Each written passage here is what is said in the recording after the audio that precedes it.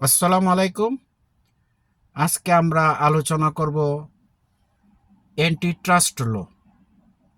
মানে এই কাজগুলা করা যাবে না। এই কাজগুলোর অন্তর্ভুক্ত হচ্ছে দুইটা system: monopoly plus restraint of trade.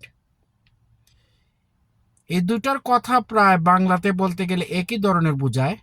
এই দুটার মানে হচ্ছে একক কোনো কোম্পানি একচেটিয়া ব্যবসা করতে পারবে না।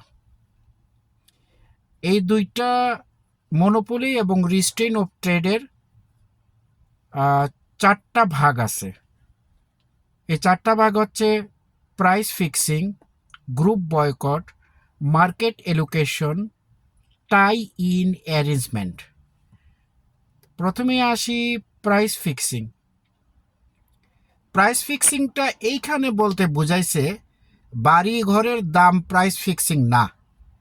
এটা হচ্ছে যারা এই অঞ্চলে রিয়েল এস্টেট কোম্পানিগুলা কাজ করবে, সবাই মিলে ঠিক করলো যে আমরা কমিশন এত পার্সেন্ট হারে নিব, কিন্তু এটা মার্কেটে চলে না, কিন্তু তারা এটা হয়তোবা হাই প্রাইজের চিন্তাটা করতেছে। তো এই ধরনের প্রাইস ফিক্সিং করা যাবে না। যেটা রেগুলার হয় সেভাবে করতে হবে।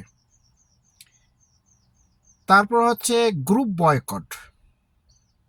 গ্রুপ বয়কট এইখানে বলতে বোঝাচ্ছে রিয়েল এস্টেট সেক্টরে, যেমন এখানে আগে 3-4টা কোম্পানি এই অত্র অঞ্চলে ব্যবসা করত, কিন্তু নতুন একটা কোম্পানি আসলো। তারা আগের পুরাতন কোম্পানিগুলো সবাই বলল যে নতুন যে কোম্পানিটা আসছে আমরা তার সাথে ব্যবসা করব না, বা তাকে নানা দিক দিয়ে ঝামেলা করব, অতএব তাকে আমরা এক ধরনের বাদ দিয়ে দিব। এটা হচ্ছে group boycott. Market allocation agreements. Market allocation agreement বলতে এই রিয়েল এস্টেটের সেক্টরে বোঝায়, যেমন একটা এরিয়াতে 2টা কোম্পানি আছে, তারা বলল যে এই অঞ্চলটা আমার আর ওই অঞ্চলটা তোমার, আমি তোমার অঞ্চলে ব্যবসা করব না, তুমি আইসেও আমার অঞ্চলে ব্যবসা করবে না। এরকম একটা ধ্যান ধারণাকে বোঝায় মার্কেট এলোকেশন এগ্রিমেন্ট। এটা করা যাবে না। আরেকটা হচ্ছে টাই ইন অ্যারেঞ্জমেন্ট।